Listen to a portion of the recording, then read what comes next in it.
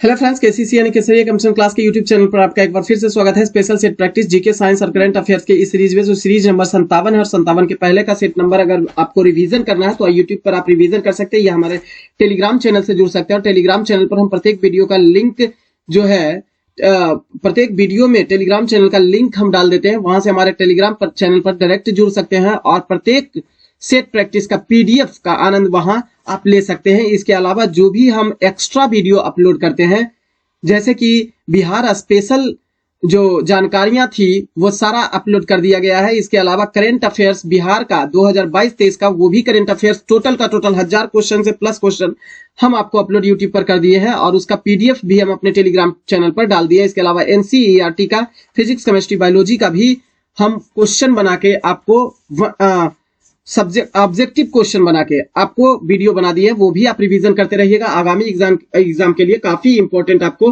होने वाला है फ्रेंड्स। और ये सेट प्रैक्टिस जो है लगातार हम बिहार एसएससी से शुरू किए थे और अभी तक आपके प्यार की वजह से अभी भी यह सेट प्रैक्टिस चल रहा है।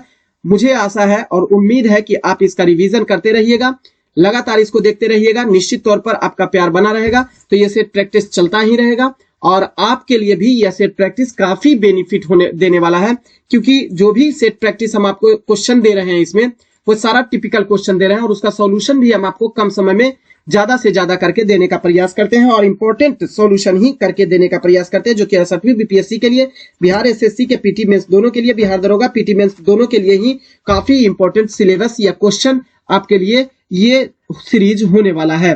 तो फ्रेंड्स लगातार इसका अवलोकन आप करते रहिएगा। देखते हैं आज का पहला क्वेश्चन और इसका पीडीएफ अगर लेना है तो जरूर हमारे टेलीग्राम चैनल से जुड़ जाइएगा, क्योंकि टेलीग्राम चैनल में ही हम प्रत्येक वीडियो का जो पीडीएफ होता है क्वेश्चन का सॉल्यूशन किया हुआ भी और विदाउट सॉल्यूशन किया हुआ भी उसमें हम चिपका देते हैं, तो वहां से आप इसका आनंद ले सकते हैं। चलिए फ्रेंड्स, हम आज का पहला क्वेश्चन देखते हैं।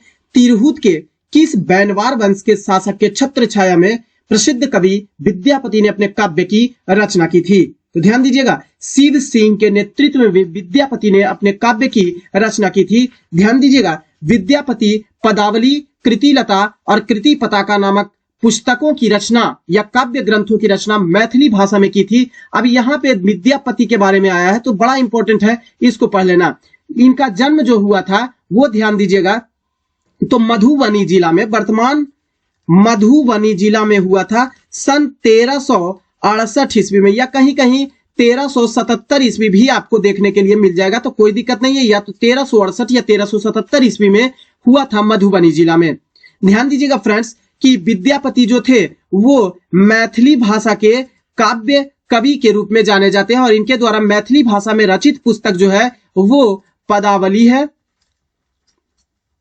मैथिली भाषा में पदावली, कृतिलता तथा कृति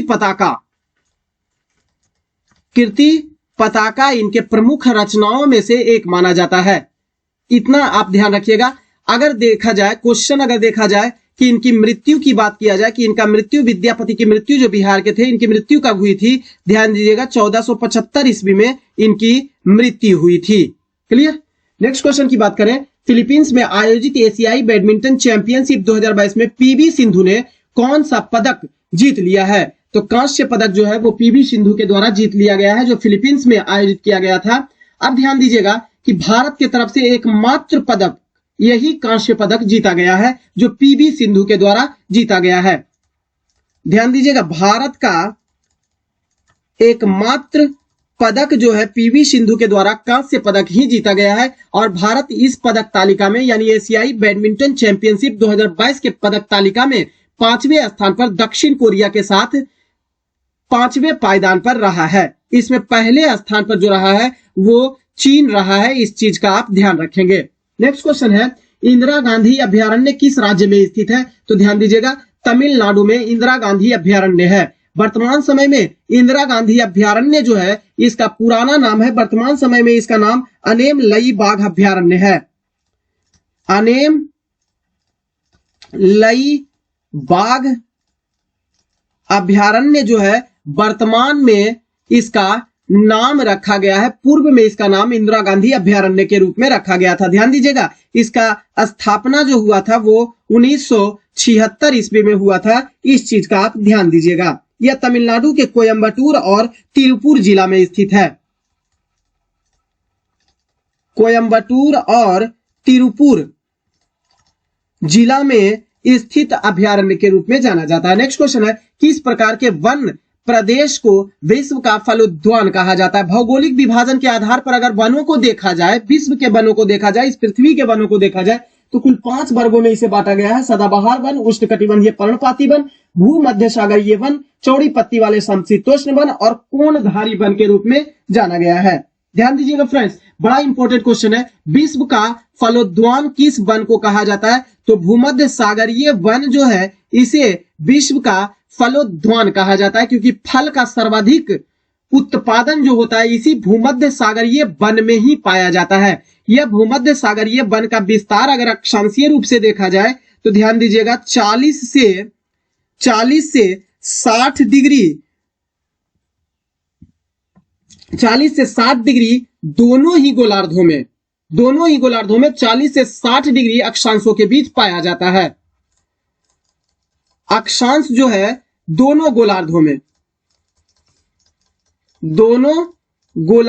में 40 से 60 डिग्री अक्षांशों के बीच यह पाया जाता है और दोनों गोलार्धों में प्रत्येक महाद्वीप के पश्चिमी क्षेत्र में, यह भी ध्यान देंगे, प्रत्येक महाद्वीप के पश्चिमी क्षेत्र में दोनों गोलार्धों में 40 से 60 डिग्री अक्षांशों के बीच यह भूमध्य सागरीय वन पाया जाता है और इसे विश्व का फलोद्यान कहा जाता है, क्योंकि फल का सर्वाधिक भंडार खास करके सिट्रस फ्रूट के लिए यानी खट्टेदार फलों के उत्पादन के लिए यह भूमध्य सागरीय वन काफी लोकप्रिय रूप से जाना जाता है, जिसमें नींबू, संतरा, मौसमी, अंगूर, सहतूत, अंजीर, जैतून और सनोवर जैसे वृक्षों का उत्पादन सर्वाधिक मात्रा में पाया जाता है या होता है। नेक्स्ट क्वेश्चन है, निम्नलिखित में से कौन सितार वाद्य यंत्र वादक से संबंधित है? तो पंडित रविशंकर जो है वो सितार बजाते हैं, जबकि डॉक्टर जाकिर हुसैन जो है वो तबला वादक है। हरिप्रसाद चौरसिया जो है वो बांसुरी वादक है, जबकि अमजद अली खां जो है वो सरोद वादक है। क्लियर? नेक्स्ट क्वेश्चन है, श्री गोरखा प्रसाद कहां के असहयोग आंदोलनकारी थे? तो मोतिहारी, पश्चिमी चंपारण के। नेक्स्ट क्वेश्चन है, हिमालय पर्वत श्रृंखला की किन 2 श्रेणियों के बीच सिंधु नदी अपवाहित होती है? ध्यान दीजिएगा, यह सिंधु नदी जो अपवाहित होती है वो पर्वत श्रेणियों के बीच अपवाहित होती है, जो कि हिमालय का हिस्सा होता है। अब हिमालय को भी देख लिया जाए भौगोलिक विभाजन के आधार पर तो इसे कुल 4 भागों में बांटा गया है। एक महान हिमालय, मध्य हिमालय, शिवालिक हिमालय और ट्रांस हिमालय के रूप में बांटा गया है। ट्रांस हिमालय को फ्रेंड्स ध्यान रखिएगा तिब्बतियन हिमालय के नाम से भी जाना जाता है, तो यहीं से यह क्वेश्चन का उपज है। ध्यान दीजिएगा, ट्रांस हिमालय या तिब्बतियन हिमालय।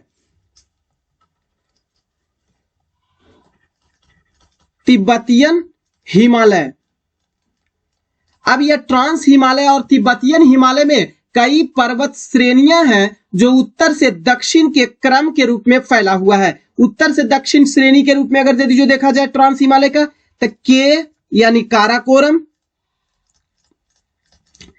एल यानी लद्दाख,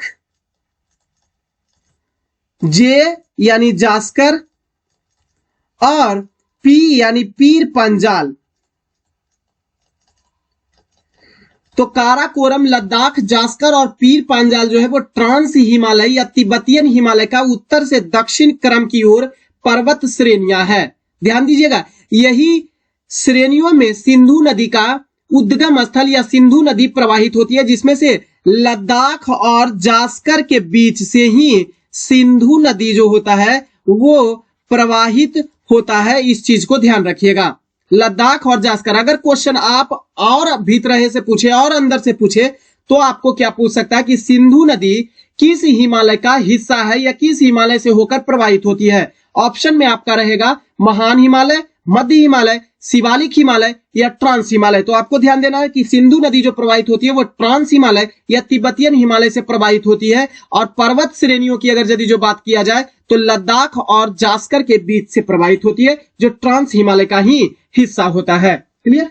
नेक्स्ट क्वेश्चन की बात करें, जब द्रवित मैग्मा ठंडा होकर ठोस हो जाता है तब इस प्रकार बने सेल को क्या कहा जाता है? उसे आग्नेय चट्टान या इग्नियस रॉक के नाम से जाना जाता है। ध्यान दीजिएगा, इग्नियस रॉक को प्राइमरी रॉक के नाम से भी जाना जाता है, क्योंकि जब भी ज्वालामुखी फटता है और ज्वालामुखी फटने के उपरांत जब लावा ठंडा होता है और जमता है तब पहली बार आग्नेय चट्टान का ही निर्माण होता है, इसलिए इसे प्राइमरी रॉक के नाम से भी जाना जाता है। यह आग्नेय चट्टान जो होता है वह दो प्रकार का होता है, एक बाह्य आग्नेय चट्टान और दूसरा होता है आंतरिक आग्नेय चट्टान। बाह्य आग्नेय चट्टान में बेसाल्ट और ऑब्सिडियन को शामिल किया जाता है, जबकि आंतरिक आग्नेय चट्टान दो भागों में बटा होता है, एक मध्यवर्ती आग्नेय चट्टान और दूसरा होता है पातालिक आग्नेय चट्टान। मध्यवर्ती आग्नेय चट्टान में गैब्रो और ग्रेनाइट को शामिल आंतरिक आग्नेय चट्टान में गैब्रो और ग्रेनाइट को शामिल किया जाता है और मध्यवर्ती आग्नेय चट्टान में batholith, lopolith, laccolith, sill, dyke तथा फेकोलिथ इत्यादि को शामिल किया जाता है। क्लियर। नेक्स्ट क्वेश्चन की बात करें तो कानूनी विषयों पर राज्य सरकार को कौन परामर्श देता है? कानूनी विषय पर राज्य सरकार को परामर्श देने का काम महाधिवक्ता, जिसे एडवोकेट जनरल कहा जाता है, एडवोकेट जनरल के नाम से जाना जाता है, जिसकी चर्चा भारतीय संविधान के अनुच्छेद 165 में किया गया है। ध्यान दीजिएगा, सेम क्वेश्चन अगर यही रहे और केवल क्वेश्चन का प्रारूप ये रहे कि राज्य सरकार ना होके केंद्र सरकार रहे, केंद्र सरकार को कौन परामर्श देता है कानूनी विषय पर, तो ध्यान रखिएगा महान न्यायवादी, जिसे अटॉर्नी जनरल कहा जाता है। अटॉर्नी जनरल जो होता है वह केंद्र सरकार को कानूनी विषय पर अपना परामर्श देता है, जिसकी चर्चा भारतीय संविधान के अनुच्छेद 76 में महान न्यायवादी की चर्चा किया गया है। नेक्स्ट क्वेश्चन की बात करें, निम्नलिखित में से कौन सा विषय पंचायती राज्य संस्थाओं की शक्ति के अंतर्गत नहीं आता है? तो भूमि सुधार का क्रियान्वयन करना पंचायती राज्य के अधीन आता है। निर्धनता निवारण कार्यक्रमों का क्रियान्वयन करना यह पंचायती राज्य संस्था के शक्ति के अंतर्गत शामिल किया गया है, जबकि ग्रामीण विद्युतीकरण जो है यह भी पंचायती राज्य व्यवस्थाओं के संस्थाओं में से शामिल किया जाता है। ध्यान दीजिएगा, पंचायती राज्य संस्था के शक्ति के रूप में अगर यदि जो देखा जाए तो कुल शक्तियों की संख्या जो निर्धारित की गई है वह 29 विषयों पर पंचायती राज्य संस्था कार्य करती है।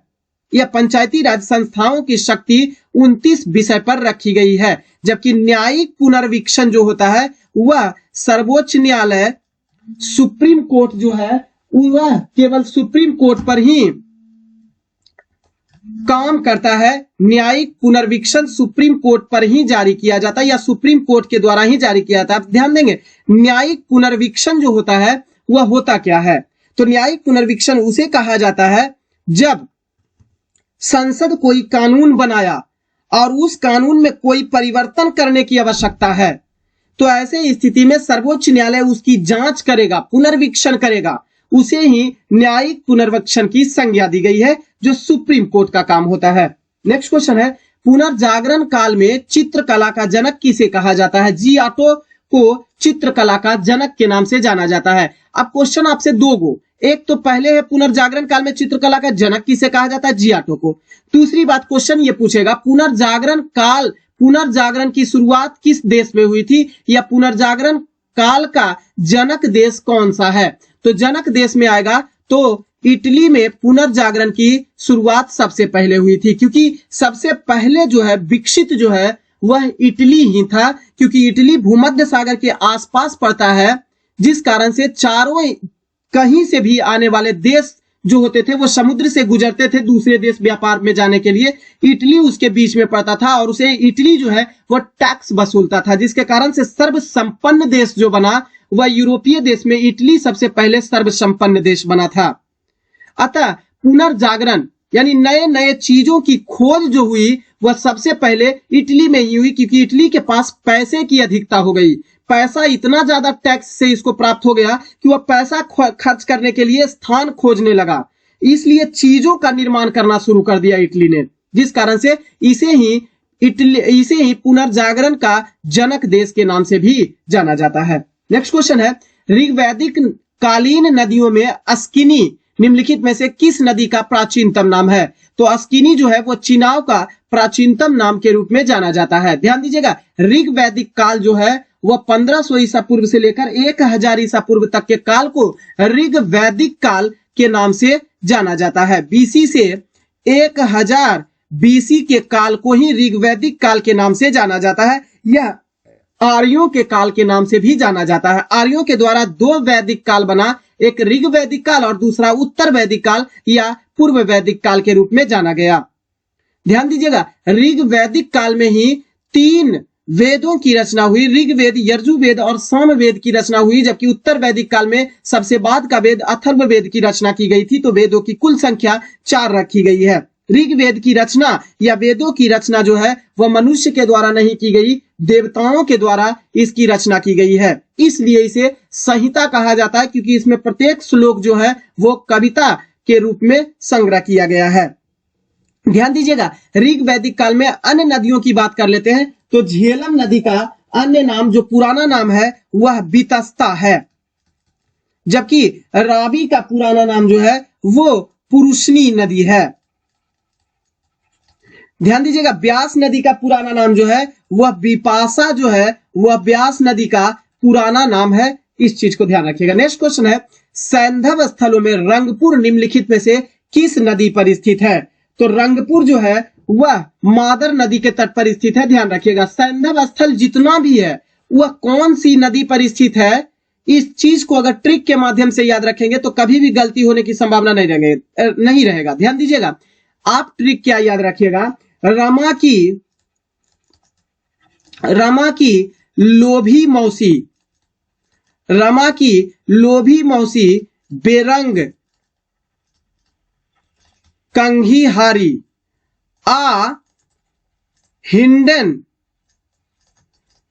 सुदा सतलज पर रो पड़ी है।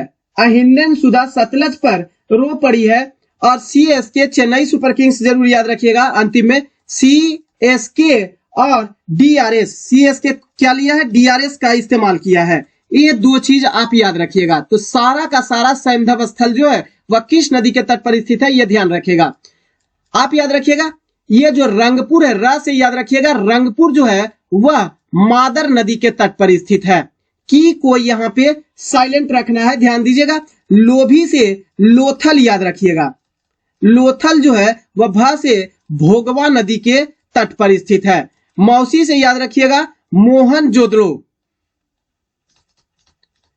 मोहनजोदड़ो जो है वो सिंधु नदी के तट पर स्थित है। ध्यान रखिएगा।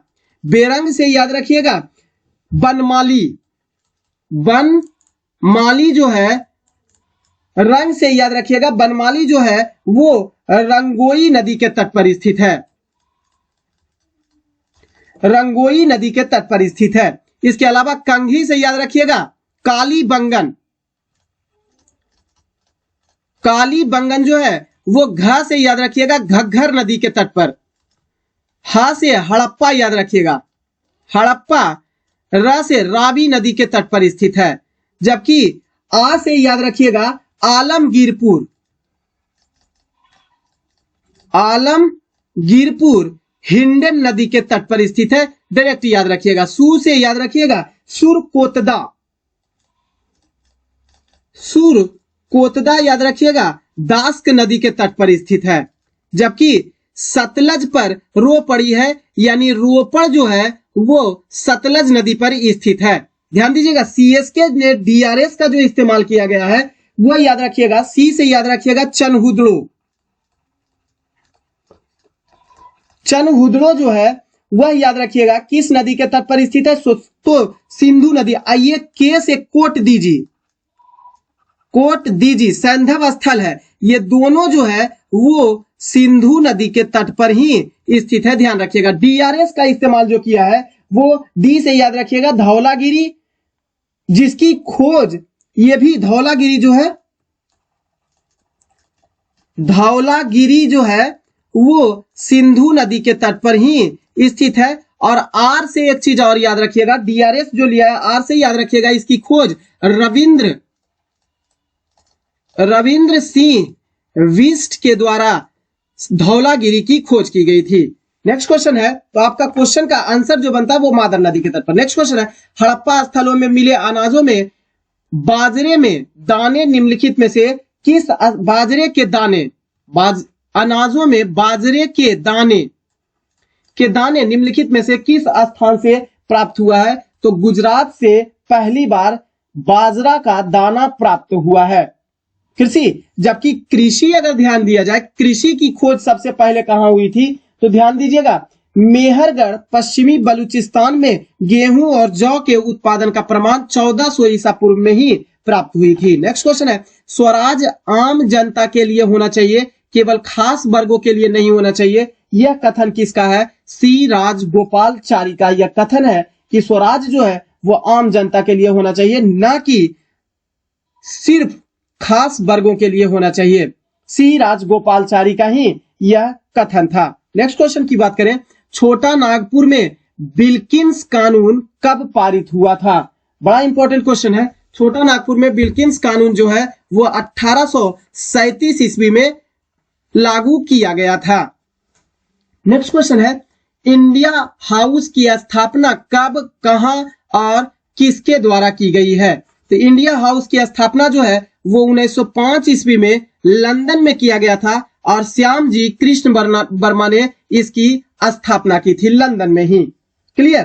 तो 1905 ईस्वी में इंडियन होम रूल सोसाइटी, जिसे अंग्रेजी में कहा जाता है, इसकी स्थापना किया गया था। नेक्स्ट क्वेश्चन की बात करें, मानव बलि प्रथा का निषेध करने के कारण अंग्रेजों के विरुद्ध विद्रोह करने वाली जनजाति का नाम बताना है। वो खोंड जनजाति है, ऑप्शन नंबर बी में दिया हुआ है। अंग्रेजों के विरुद्ध कब विद्रोह किया था यह भी ध्यान रखना है। तो 1848 से 1856 ईस्वी में खोंड जनजाति के द्वारा अंग्रेजों के विरुद्ध विद्रोह किया था। 1848 से 1856 ईस्वी लॉर्ड डलहौजी का टोटल कार्यकाल जो रहा 1848 से 1856 ईस्वी में अंग्रेजों के विरुद्ध खोंड जनजाति ने ही विद्रोह किया था। अब ध्यान दीजिएगा, इस विद्रोह का नेतृत्व भी किसने किया था? खोंड जनजाति के द्वारा जो नेतृत्व किया गया था, नेतृत्व किसके द्वारा किया गया था? ध्यान रखिएगा, चक्र बिशोई के द्वारा किया गया था। चक्र बिशोई के द्वारा इसका नेतृत्व किया गया था। ध्यान रखिएगा, क्यों किया गया था यह भी आपको ध्यान रखना है। तो यह शुरू हुआ था लॉर्ड हार्डिंग प्रथम के शासनकाल में, जो नर बलि प्रथा पर प्रतिबंध लगाने वाला था। और खोंड जनजाति जो थे वो नर का बलि देते थे, यानी मनुष्यों का बलि देता था। जंगल में जो भी मनुष्य इसे मिल जाता था उसका बलि देता था ये खोंड जनजाति। इसी पर लॉर्ड हार्डिंग प्रथम जो था वह बैन करने के लिए, रोक लगाने के लिए इसका जो है इस जनजाति को इस रोक लगाने के लिए नियम कानून लाया, जिसके कारण से यह खोंड जनजाति जो है अंग्रेजों के विरुद्ध जो है वह आंदोलन शुरू कर दिया था सन 1848 ईस्वी में। लॉर्ड हार्डिंग प्रथम, यह भी ध्यान रखें किसके शासनकाल में? तो शुरू हुआ लॉर्ड हार्डिंग प्रथम के शासनकाल में शुरू हुआ और लॉर्ड डलहौजी के शासनकाल तक यह रहा था। क्लियर? नेक्स्ट क्वेश्चन की बात करें, मैकडोनाल्ड के सांप्रदायिक पंचायत ने किसे पृथक चुनाव क्षेत्र और आरक्षित सीटें आवंटित कर दी थी? तो ध्यान दीजिएगा, दलित वर्ग को आवंटित की थी। इसी को लेके जो राउंड टेबल कॉन्फ्रेंस जो लंदन में हुआ था, महात्मा गांधी 1931 ईस्वी में कांग्रेस के तरफ से भाग लिए थे। द्वितीय गोलमेज सम्मेलन में महात्मा गांधी वापस लौट आते हैं क्योंकि सांप्रदायिक पंचायत की वहां घोषणा रैमजे मैकडोनाल्ड के द्वारा कर दिया जाता है और यह जो द्वितीय गोलमेज सम्मेलन है वह पूरी तरीका से असफल हो जाता है। क्लियर? नेक्स्ट क्वेश्चन है, तो यह दलित वर्ग के लिए अलग से आरक्षित सीटें को चुनाव क्षेत्र में आवंटित किया गया था। नेक्स्ट क्वेश्चन है, स्वतंत्र भारत में देश की प्रथम औद्योगिक नीति की घोषणा किस वर्ष की गई थी? तो ध्यान दीजिएगा, 1948 ईस्वी में पहली बार किया गया था 6 अप्रैल को। 6 अप्रैल 1948 ईस्वी में पहली बार किया गया था प्रथम औद्योगिक नीति की घोषणा। उस समय तत्कालीन केंद्रीय उद्योग मंत्री जो थे वो डॉक्टर श्यामा प्रसाद मुखर्जी थे। डॉक्टर श्यामा प्रसाद मुखर्जी उद्योग मंत्री थे, इन्हीं के द्वारा यह प्रथम औद्योगिक नीति की घोषणा की गई थी। जबकि ध्यान दीजिएगा, द्वितीय औद्योगिक नीति भी पूछता है, सेकेंड औद्योगिक नीति भी अगर आपसे पूछेगा तो यह भी ध्यान रखिएगा, 30 अप्रैल 1956 ईस्वी 1956 ईस्वी में द्वितीय औद्योगिक नीति की घोषणा की गई थी। क्लियर। जबकि ध्यान दीजिएगा कि इसके अलावा लिबरलाइजेशन, प्राइवेटाइजेशन और ग्लोबलाइजेशन एलपीजी की घोषणा जो है वो भारत सरकार के द्वारा 24 जुलाई 1991 ईस्वी को किया जाता था और वित्त मंत्री उस समय डॉक्टर मनमोहन सिंह थे और पीवी नरसिम्हा राव के शासनकाल में किया गया था औद्योगिक नीति की घोषणा के लिए। नेक्स्ट क्वेश्चन है, शुद्ध सोना कितने कैरेट का होता है? 24 कैरेट का शुद्ध सोना होता है। जबकि आभूषण बनाने के लिए जो सोना होता है वह 18 कैरेट का सोना होता है, जिसमें 75% शुद्ध सोना होता है और बाकी 25% जो होता है वो मिश्र धातु मिला हुआ होता है। नेक्स्ट क्वेश्चन है, किस देश के स्वांते पावो की चिकित्सा का नोबेल पुरस्कार देने की घोषणा की गई है? ध्यान दीजिएगा, ऑप्शन नंबर बी, वे स्वीडन के हैं स्वांते पावो, जिनको फिजियोलॉजी या मेडिसिन चिकित्सा के क्षेत्र का, यह भी ध्यान रखेंगे, चिकित्सा के क्षेत्र का, मेडिसिन के क्षेत्र का 2022 का नोबेल पुरस्कार दिया जाएगा। नेक्स्ट क्वेश्चन है, कौन सा राज्य बालिका पंचायत शुरू करने वाला देश का पहला राज्य बन गया है? तो ध्यान दीजिएगा, बालिका पंचायत शुरू करने वाला पहला राज्य गुजरात बना है। नेक्स्ट क्वेश्चन है, अंडमान और निकोबार द्वीप समूह में सबसे अधिक ऊंचाई वाली चोटी इसमें से कौन सी है? ध्यान दीजिएगा, आपके पास ऑप्शन है माउंट थुलियर, माउंट डियाबोलो, माउंट कोयले या सैडल पिक। तो आपका आंसर बनेगा सैडल पिक जो है पल्यान शिखर, इसका हिंदी जो होता है पल्यान शिखर या सैडल पिक के नाम से भी इसे जाना जाता है। यह अंडमान और निकोबार की संयुक्त रूप से सर्वोच्च चोटी के रूप में माना जाता है और इसकी ऊंचाई की अगर बात करें तो 732 मीटर, 732 मीटर यह ऊंचा है। क्लियर। नेक्स्ट क्वेश्चन, अगर इसी में से क्वेश्चन पूछता है माउंट थुलियार, तो माउंट थुलियार जो है वो ग्रेट निकोबार की सर्वोच्च चोटी है, ग्रेट निकोबार की सर्वोच्च चोटी है और इसकी ऊंचाई की अगर जो बात किया जाए तो 642 मीटर ऊंचा है। माउंट डियाबोलो जो है, ध्यान रखिएगा, मध्य अंडमान की सर्वोच्च चोटी है, मध्य अंडमान की सर्वोच्च चोटी है और इसकी टोटल ऊंचाई 515 मीटर ऊंचा है। माउंट कोयल जो है वह भी ध्यान रखेंगे, माउंट कोयोबो, इसी को ध्यान रखेंगे, दक्षिणी अंडमान की सर्वोच्च चोटी के रूप में जाना जाता है, जिसकी टोटल ऊंचाई 460 मीटर के रूप में पाया जाता है। एक और आता है माउंट हैरियट, माउंट हैरियट जो है, माउंट हैरियट या दक्षिणी अंडमान की सर्वोच्च चोटी में से दूसरी सर्वोच्च चोटी के रूप में शामिल किया जाता है। माउंट हैरियट भी दक्षिणी अंडमान का और माउंट कोयल भी दक्षिणी अंडमान का है, लेकिन माउंट हैरियट दूसरी है और माउंट कोयल दक्षिणी अंडमान की पहली सर्वोच्च चोटी के रूप में जाना जाता है। नेक्स्ट क्वेश्चन है, टेलीफोन का आविष्कार किसके द्वारा किया गया था? तो टेलीफोन का आविष्कार जो है वह अलेक्जेंडर ग्राहम बेल के द्वारा किया गया था। ध्यान रखेंगे 1876 ईस्वी में, 1876 ईस्वी में अलेक्जेंडर ग्राहम बेल के द्वारा टेलीफोन का आविष्कार किया गया था। बाद में अनेक आविष्कार, उन आविष्कारों में से एक फोटोफोन का भी आविष्कार बाद में किया गया था। क्लियर। जे.एल. बेयर्ड ने टेलीविजन का आविष्कार, टेलीविजन का आविष्कार जे.एल. बेयर्ड के द्वारा किया गया था सन 1926 ईस्वी में, ध्यान रखिएगा। जबकि जॉर्ज स्टीफेंसन जो थे, इन्होंने वाष्प से संचालित होने वाली रेलगाड़ी चलाई थी। वाष्प संचालित रेलगाड़ी की शुरुआत जॉर्ज स्टीफेंसन के द्वारा किया गया था, जबकि न्यूटन, ध्यान रखेंगे, गति के नियम का प्रतिपादक थे। नेक्स्ट क्वेश्चन है, भारत का मानक समय रेखा किस राज्य या राज्य से कर्क रेखा को काट देती है? ध्यान दीजिएगा, मानक समय रेखा किस राज्य या राज्यों में कर्क रेखा को काटती है? तो ध्यान रखिएगा छत्तीसगढ़ को यह काटती है। मानक समय रेखा भारत का जो है वो 82.5 डिग्री पूर्वी देशांतर है, ध्यान रखेंगे। अब यह 82.5 डिग्री पूर्वी देशांतर जो है वह कौन कौन राज्य से होकर गुजरती है, यह भी आपको ध्यान रखना है। तो 82.5 डिग्री पूर्वी देशांतर उत्तर प्रदेश, मध्य प्रदेश, छत्तीसगढ़, इसके अलावा उड़ीसा और आंध्र प्रदेश राज्य से होकर, 5 राज्यों से होकर भारत का मानक समय रेखा गुजरती है। एक बार फिर से, मानक समय रेखा जो है वो है उत्तर प्रदेश, मध्य प्रदेश, छत्तीसगढ़ और झारखंड तथा उड़ीसा से, झारखंड और उड़ीसा से होकर गुजरती है। मानक समय रेखा उत्तर प्रदेश, ऊपर से चलते नीचे, दूसरा है मध्य प्रदेश, तीसरा जो है वह है छत्तीसगढ़, चौथा राज्य जो है वह है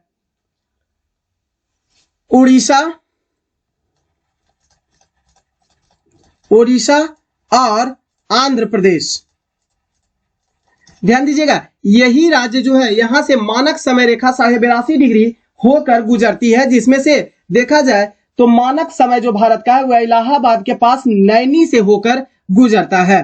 तो इसमें कर्क रेखा को काटती है, वह कहां काटती है इस चीज की चर्चा किया गया। अब कर्क रेखा के बारे में बात किया जाए तो भारत के कुल 8 राज्य से होकर कर्क रेखा गुजरती है। ये तो है देशांतर रेखा, भारत से होकर गुजरने वाली देशांतर रेखा जो 5 राज्य से होकर गुजरी है, देशांतर।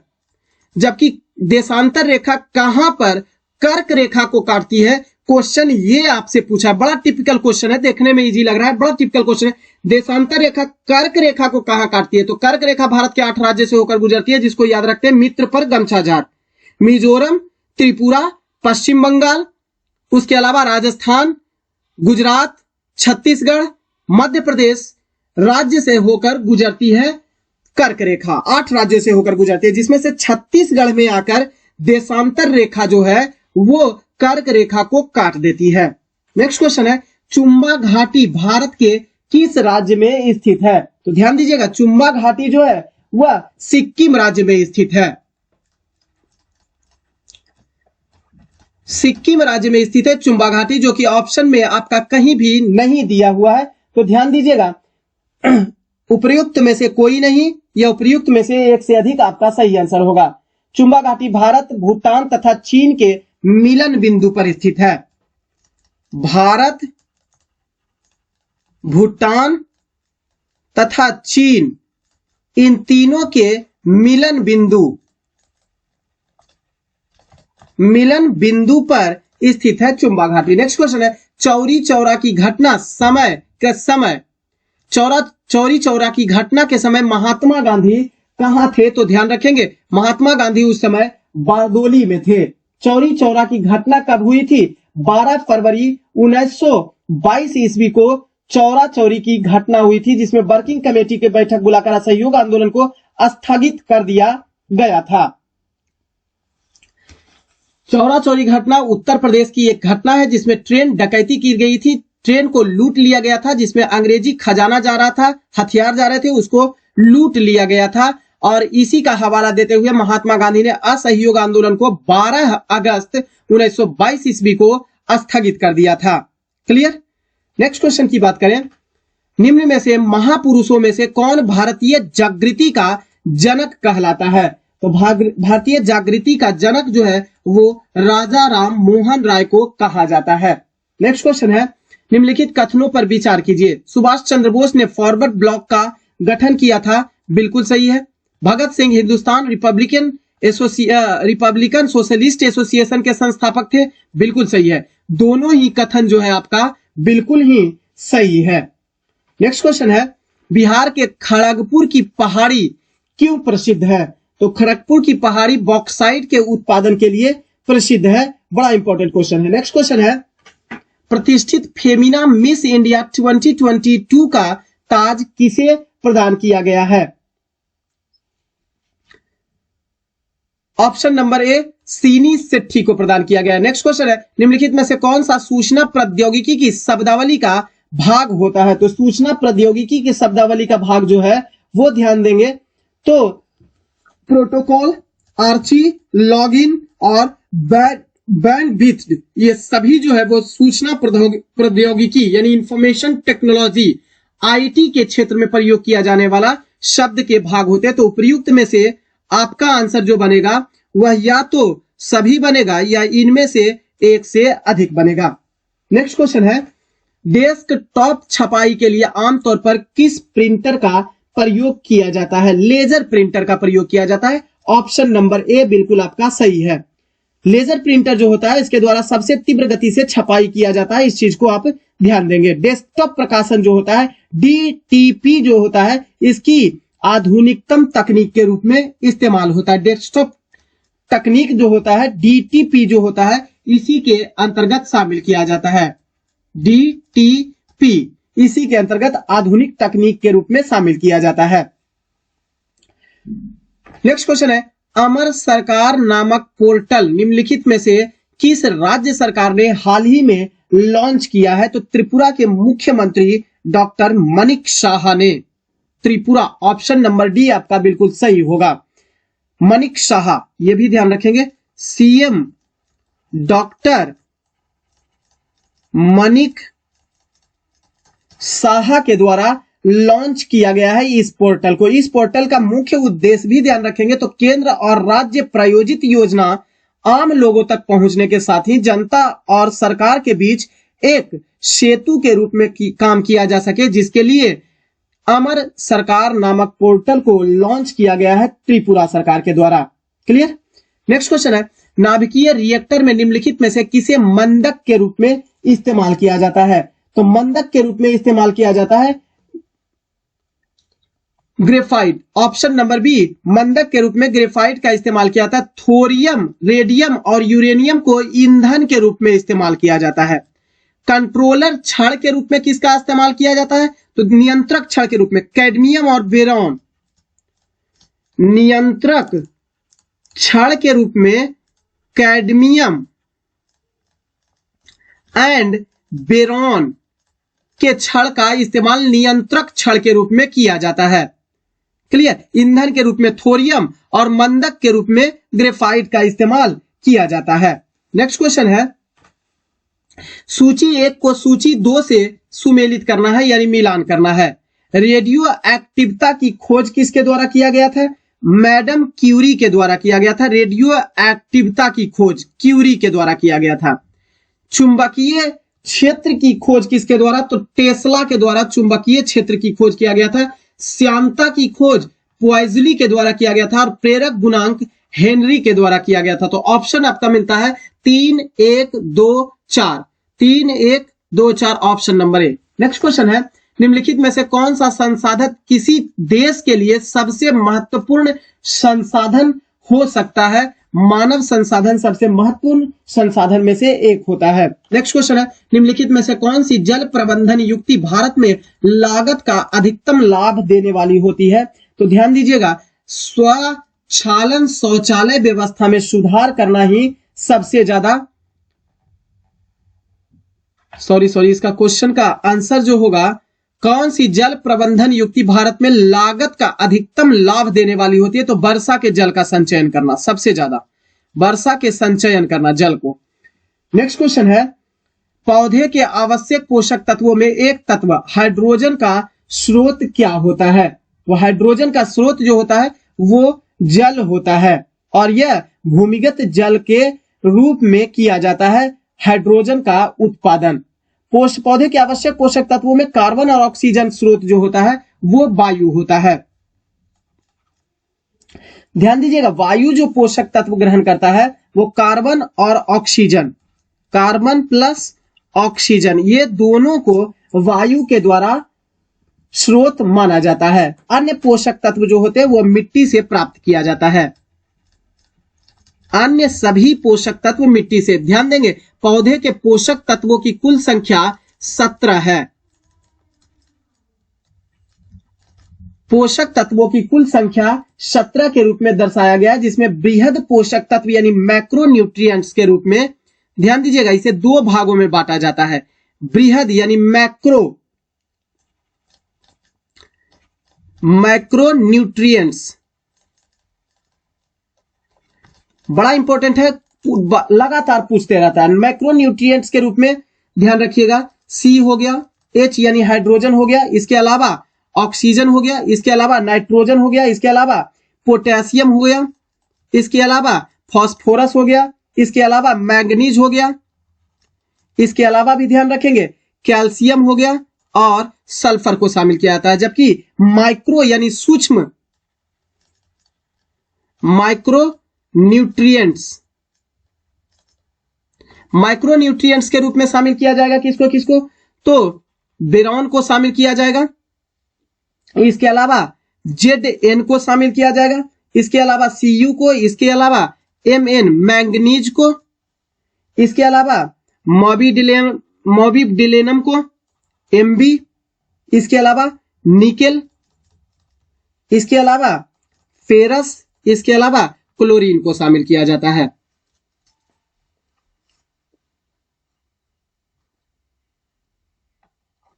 मैंगनीज को जरा ठीक से लिख देते हैं, ZnCu, इसके अलावा Mn मैंगनीज, मोबिडिलेनम, इसके अलावा निकेल, फेरस और क्लोरीन को शामिल किया था। नेक्स्ट क्वेश्चन है रोल्ड गोल्ड, यानी रोल्ड गोल्ड एक मिश्र धातु है जिसके संगठक यानी कंपोनेंट्स निम्नलिखित में से कौन होते हैं। तो रोल्ड गोल्ड के जो संगठक होते हैं, ध्यान दीजिएगा, कॉपर तथा एल्यूमिनियम के अवयव होते हैं। इसमें किसी भी ऑप्शन में कॉपर और एल्यूमिनियम नहीं है, Cu+Al के मिश्रण होते हैं। नेक्स्ट क्वेश्चन है 25 डिग्री सेल्सियस तापमान निम्नलिखित में से किसके बराबर होता है। तो ध्यान रखिएगा, फॉर्मूला निकालने के लिए C/5 बराबर F-32/9 बराबर K-273/5 बराबर R/4, यही फॉर्मूला होता है। आपको किसके बराबर होता है ये आपको ध्यान देना है। तो निकालने के लिए आप निकालिएगा 25 डिग्री सेल्सियस तापमान किसके बराबर होता है, तो 298 डिग्री केल्विन और 77 डिग्री फ़ारेनहाइट। जब निकालेंगे आप तो ये दोनों ही आंसर आपको निकल जाएगा, बराबर करके निकालेंगे तो 25 डिग्री सी के बराबर हो जाएगा। केल्विन का मान अगर बैठाएंगे केल्विन के जगह पर ये इक्वेशन और ये इक्वेशन लेंगे 25 डिग्री सी के स्थान पर, और इसका ये इक्वेशन, तो दोनों एक दूसरे के बराबर हो जाता है। तो ऑप्शन बनता है इनमें से कोई नहीं। नेक्स्ट क्वेश्चन है बेगूसराय में चौकीदारी कर के विरुद्ध आंदोलन निम्नलिखित में से किस आंदोलन का हिस्सा था। तो ध्यान देंगे सविनय अवज्ञा इसमें किसका हिस्सा था, तो सविनय अवज्ञा आंदोलन का। ऑप्शन नंबर सी बिल्कुल सही है, सविनय अवज्ञा आंदोलन का ये हिस्सा था। अब सविनय अवज्ञा आंदोलन कब हुआ था, तो सविनय अवज्ञा आंदोलन की शुरुआत 1930 ईस्वी में महात्मा गांधी के द्वारा किया गया था, जो बेगूसराय में चौकीदारी कर के रूप में जाना गया। नेक्स्ट क्वेश्चन है चंपारण आंदोलन से निम्नलिखित में से कौन संबंधित इसमें से नहीं थे। तो ध्यान देना है, राजेंद्र प्रसाद थे, अनुग्रह नारायण सिंह थे, जेबी कृपलानी थे, लेकिन जयप्रकाश नारायण इसमें से नहीं शामिल थे चंपारण आंदोलन में। चंपारण आंदोलन जो है वो 1917 ईस्वी में हुआ था, ध्यान रखिएगा।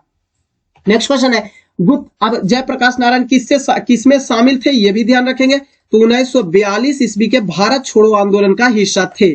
नेक्स्ट क्वेश्चन है गुप्त काल में भूमि राजस्व की दर क्या थी। तो गुप्त काल में भू राजस्व की दर उपज का 1/6 भाग हुआ करता था। नेक्स्ट क्वेश्चन है प्रथम मगध साम्राज्य का उत्कर्ष किस शताब्दी में हुआ था। तो 6ठी शताब्दी ईसा पूर्व में प्रथम मगध साम्राज्य का शुरुआत हुआ था। 545 ईसा पूर्व से लेकर 412 ईसा पूर्व तक मगध साम्राज्य चली थी। नेक्स्ट क्वेश्चन है निम्नलिखित में से विद्युत परिपथ में समानांतर जोड़ा जाता है। किसको समानांतर जोड़ा जाता है, तो वोल्ट मीटर को समानांतर जोड़ा जाता है, जबकि ए मीटर को श्रेणी क्रम में जोड़ा जाता है, ध्यान रखेंगे। नेक्स्ट क्वेश्चन है निम्नलिखित में से कौन सा घटक एक चालक के प्रतिरोध को प्रभावित नहीं करता है। तो दाब जो होता है वो चालक के प्रतिरोध को प्रभावित नहीं करता है। चालक के प्रतिरोध को दाब जो होता है वो प्रभावित नहीं करता है। इसके अलावा प्रतिरोध को प्रभावित करने वाले घटक में शामिल कौन कौन होता है? तो चालक पदार्थ की प्रकृति ये शामिल होता है, चालक की लंबाई पर निर्भर करता है, अनुप्रस्थ काट के क्षेत्रफल पर भी प्रतिरोध निर्भर करता है। इसके अलावा चालक की लंबाई बढ़ाने पर प्रतिरोध बढ़ता है और चालक के अनुप्रस्थ काट के क्षेत्रफल पर मोटाई बढ़ने से चालक का प्रतिरोध घट जाता है। यह सभी काम करता है। नेक्स्ट क्वेश्चन है, एक संपीड़ित स्प्रिंग में कौन सी ऊर्जा होती है? तो संपीड़ित स्प्रिंग में जो होती है वो स्थितिज ऊर्जा के रूप में देखने को मिलता है। नेक्स्ट क्वेश्चन है, स्थिर या गतिज अवस्था में परिवर्तन का प्रतिरोध करने की एक वस्तु की प्रवृत्ति उसका जड़त्व कहलाता है। ऑप्शन नंबर ए में न्यूटन के प्रथम गति नियम से बल की परिभाषा मिलती है और इसी प्रथम नियम में जड़त्व की भी परिभाषा की चर्चा किया गया है। तो फ्रेंड्स ये हमारा 50 क्वेश्चन का सीरीज नंबर 57 था। आपको सेट प्रैक्टिस कैसा लगा? रिवीजन लगातार आप करते रहिए, यही आपसे केवल अनुग्रह है। एग्जाम अपने समय पर आएगा भी और जाएगा भी। अगर इसका पीडीएफ आपको लेना है तो हमारे टेलीग्राम चैनल पर जुड़ जाइएगा। टेलीग्राम चैनल पर हम इसका पीडीएफ आंसर लगाया हुआ भी, डिस्कशन किया हुआ भी और विदाउट डिस्कशन भी हम पीडीएफ वहां अपलोड कर देते हैं। तो हमारे टेलीग्राम चैनल से निश्चित तौर पर आप जुड़ जाइएगा और पीडीएफ का आनंद लीजिएगा। बहुत बहुत आपको धन्यवाद।